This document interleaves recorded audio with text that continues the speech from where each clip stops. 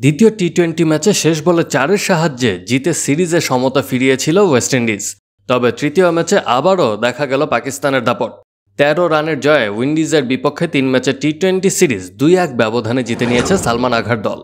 লর্ডের হিলে টস জিতে আগে ব্যাট করতে নেমে নির্ধারিত 20 ওভারে 4 উইকেটে 189 রান করতে পারে পাকিস্তান। জবাবে 6 উইকেটে 176 রান করতে পারে উইন্ডিজ।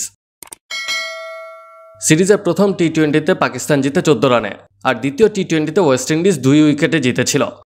আজ উদ্বোধনী জুটিতেই পাকিস্তানের জয়ের ভিত গড়ে দেন সাহিবজাদা ফারহান ও সাইম আয়ুব। শামার জোসেফের বলে 74 রানে ফারহান আউট হলে ভাঙে 138 রানের উদ্বোধনী জুটি। আরেক ওপেনার সাইম ফেরেন 66 রানে। বাকি সময় যাওয়া আসার মাঝেই ছিলেন পাকিস্তানের ব্যাটসম্যানরা। দলের পক্ষে তৃতীয় সর্বোচ্চ 15 রান হাসান নওয়াজের। ওয়েস্ট ইন্ডিজের হয়ে একটি করে উইকেট নেন জেসন হোল্ডার, জোসেফ ও রস্টন চেজ। রান তাড়া করতে নেমে শুরুটা ভালো ছিল উইন্ডিজের। উদ্বোধনী জুটিতে 26 বলে আসে 44 রান। তবে ওপেনার অ্যান্ড্রু জোয়েল 24 রান করে ফেরার পর ক্রমেই রানের গতি কমে আসে স্বাগতিকদের। আলী কাথানেজ ও শেরফান রাদারফোর্ড 50 পেলেও দলকে জেতাতে তা যথেষ্ট ছিল না। ক্যারিবিয়ানদের হয়ে সর্বোচ্চ 60 রান করেন আথানাজে। 51 রান আসে রাদারফোর্ডের ব্যাট থেকে। পাকিস্তানের হাসান রৌফ, হাসান আলী, মোহাম্মদ নওয়াজ, সাইম ও সুফিয়ান মুকিম একটি করে উইকেট নেন।